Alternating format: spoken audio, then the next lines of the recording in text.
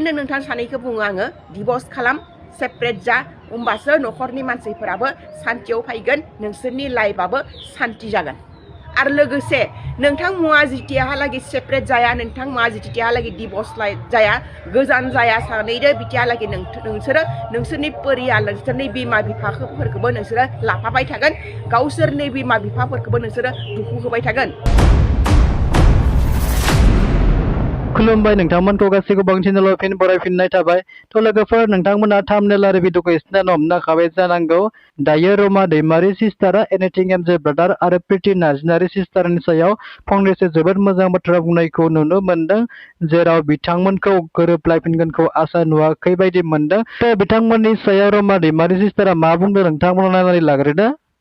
खुलुमबाय लोगोफोर दिनै आङो नोंथांमोननि खाथियाव नैबे सैमा फाग्ला आरो नैबे सैमा फाग्लिनि थाखाय भिडिअ लाबोदों मा बुंबावगोन रायजो राजाफोरा बे सैमा फाग्लायखौ बार गावसोरनि पार्सनेल लाइफखौ लानानै बिसोरो नैबे ससियेल मिडियायाव फैबाय थायो आं एमजेखौ आरो पिटिटिखौ बुंनो नागिरो नोंथांमोना गोसो थोलायनायावहा ससियेल मिडियानि गेजेरजों बर' रायजो राजाखौ फोरमायनाय नामा जे जों गोसो थोलायो होननानै नोंथांमोना हाबा जानो थांनाय कर्ट मेरेज जानो थांनायाव ससियेल मिडियानि गेजेरजों रायजो राजाखौ फोरमायनाय नामा जे जों कर्ट मेरेज जानो हागोन ना जाया जों हाबा जालायनो हागोन ना हाया बेखौ फोरमायनाय नामा फोरमायाखैमोन ना अब्ला मानो नोंसोरो सानैजों गोसो मिलायना हाबा जानानै दिनै नोंसोरनि पार्सनेल लाइफआव जानाय खौरांफोरखौ दिनै ससियेल मिडियानि गेजेरजों फैयै सानैबो दावखा हेन बुंफायबाय थादों नोंसोर सानैनि पार्सनेल लाइफनि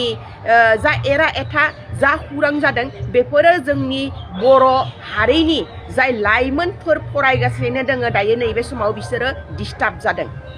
नोंसोर सानैनि पार्सनेल लाइफनि थाखाय दिनै जोंनि बर' लाइमोन सिख्लाफोरा डिस्टार्ब मोनदों बेनिखायनो डाइरेक्ट आं बुङो नोंसोरो थैलाय बुथारलाय मा सिथारलाय मा जायो जालाय गावनि नखरावनि खौरांखौ गावनि खाथियाव दोन गावनि पार्सनेल खौरांखौ नोंथांमोना गावनि खाथियाव दोन ससियेल मिडियायाव लाबोनानै नोंसोरो गावनि पार्सनेल खौरांखौ बार बेयावहा फोरमायबाय थानाङा रायजो राजाया नोंसोरनि साखर नङासो रायजो राजाखौ लानानै नोंसोरो गावनि पार्सनेल लाइफनि थाखाय रायजो राजाखौ बोबाय थानाङा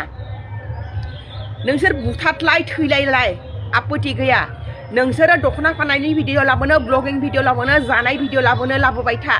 एमजे एनिथिंआ सोरबा UPPL नि भिडिअ लाबोनो सोरबा BPF नि भिडिअ लाबोनो सोरबा EGP BJP कंग्रेसनि भिडिअ लाबोबाय था बेयाव जोंहा बुंनो लागि जेबो आपत्ति गैया नाथाय पार्सनेल लाइफखौ लानानै ससियेल मिडियानि गेजेराव दावराव खालामफैबाय थानाङा नोंसोर सानैया आरो लोगोसे नोंथांमोननि थाखाय मोनसे एडभाइस डिभर्स खालाम नोंथां सानैया डिभर्स जा सेपारेट जा नोंथां सानैया सेपारेट जायागौमानि डिभर्स जायागौमानि आलादा जायागौमानि नोंसोर सानैनि जिबनावहा मालाबाबो गोजोननाया फैनाय नङा आरो लोगोसे नोंथां मुवा जितियाहालागै सेपारेट जाया नोंथां मुवा जितियाहालागै डिभर्स जाया गोजान जाया सानैदो बितियाहालागै नोंसोरो नोंसोरनि परियाल नोंसोरनि बिमा बिफाफोरखौबो नोंसोरो लाफाबाय थागोन गावसोरनि बिमा बिफाफोरखौबो नोंसोरो दुखु होबाय थागोन गावसोरनि बिमा बिफाफोरखौ दुखु होस्लायस्लाय नोंसोर सानैया सेपारेट जानायानो साबसिन डिभर्स लानायानो साबसिन आरो गावबा गाव लाइफआवहा